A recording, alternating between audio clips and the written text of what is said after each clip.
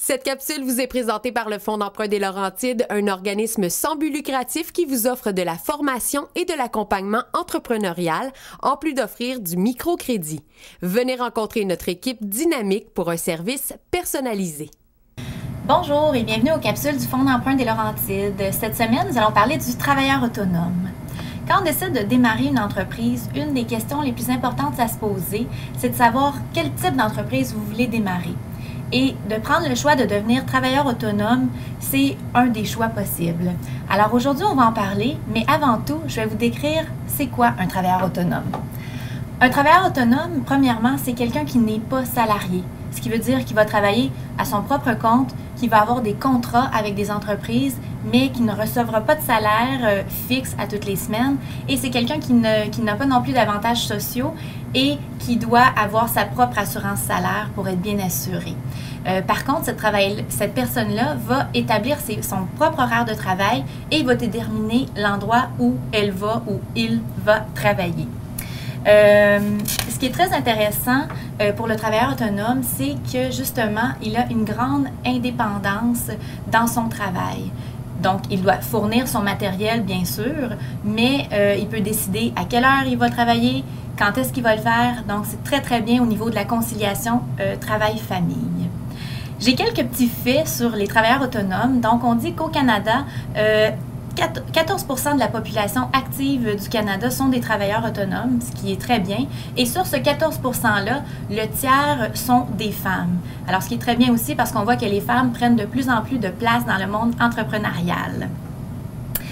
Mais vous pouvez vous demander qu'est-ce qui favorise cette croissance-là? Et c'est très simple. Alors, c'est bien sûr le taux de chômage qui augmente ou les mises à pied massives. Les gens vont vouloir se créer eux-mêmes leur propre emploi.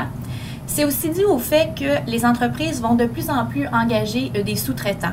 Par exemple, nous, ici au Fonds d'emprunt des Laurentides, quand on veut faire traduire des textes du français à l'anglais, on n'a pas quelqu'un régulièrement ici au bureau qui fait ça. Donc, on engage quelqu'un à contrat pour accomplir cette tâche-là. Alors, à ce moment-là, on fait affaire avec un travailleur autonome. Le travailleur autonome peut travailler sous son propre nom à lui, mais il peut aussi décider de s'incorporer ou de s'enregistrer. Il y a aussi certains travailleurs autonomes qui vont décider de réserver un nom au registraire des entreprises du Québec. Et ça fait en sorte que votre nom est réservé à vous tant et aussi longtemps que vous payez votre cotisation annuelle. Et détrompez-vous si vous pensez que c'est cher, c'est pas cher du tout, c'est moins de 40 $ par année. Donc, c'est très, très intéressant. Pour donner un exemple, si moi, je suis une chiropraticienne, par exemple, au lieu de travailler sous Marielle Boyer, mon propre nom, je pourrais travailler sur la clinique de chiropratie FEL, par exemple. Donc, ça vient dire aux gens exactement avec le nom de mon entreprise quel service je peux leur offrir. D'autres avantages à être travailleur autonome, c'est que vous continuez à contribuer à votre RRQ, donc au Régime des rentes du Québec, et aussi au RQAP, Régime québécois d'assurance parentale, ce qui vous permet, si vous êtes de jeunes parents, de pouvoir passer du temps à la maison avec votre enfant et aussi de pouvoir assurer votre futur avec des sous de placer pour votre retraite. Quand on décide de devenir travailleur autonome, il faut d'abord se poser 3 questions très importantes.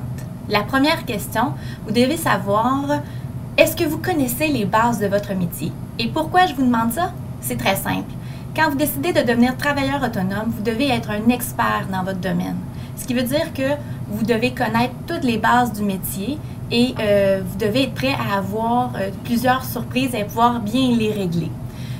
Donc, c'est pour ça qu'on vous suggère d'avoir travaillé quelques années dans le domaine dans lequel vous voulez devenir travailleur autonome avant de vous lancer en affaires. Deuxième question, est-ce que vous êtes en mesure de bien faire votre travail? Donc, vous savez, quand vous devenez travailleur autonome, vous allez devoir exercer votre métier. Par exemple, si vous êtes soudeur, vous allez devoir exercer votre métier de soudeur, mais il y a beaucoup d'autres tâches qui vont s'ajouter.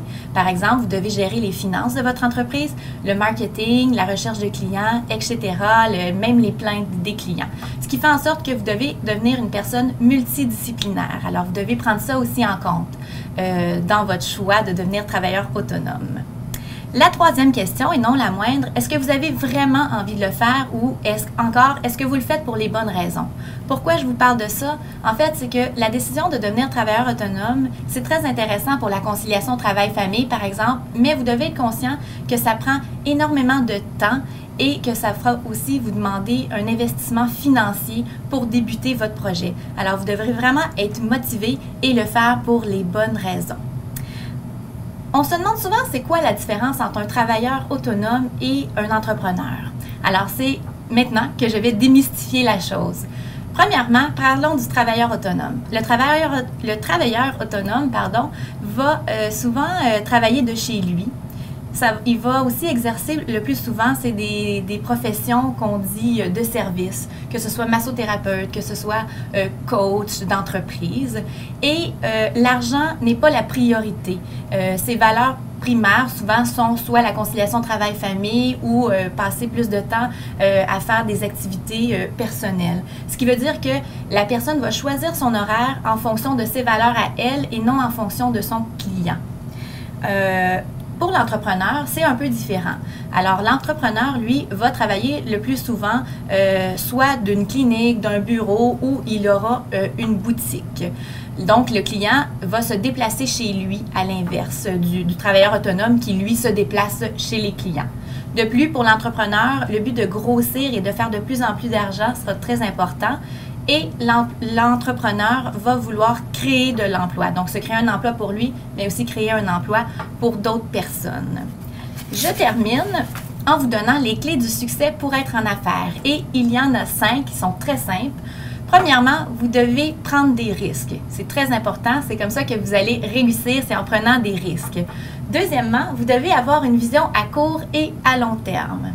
Ensuite, c'est très important de bien faire la différence entre votre budget personnel et votre budget d'entreprise, de bien séparer les deux. Ensuite, vous devez faire un bon plan d'affaires et vous allez voir, on va en parler dans une capsule, dans un prochain épisode et c'est très important de voir un bon plan d'affaires pour bien débuter votre entreprise.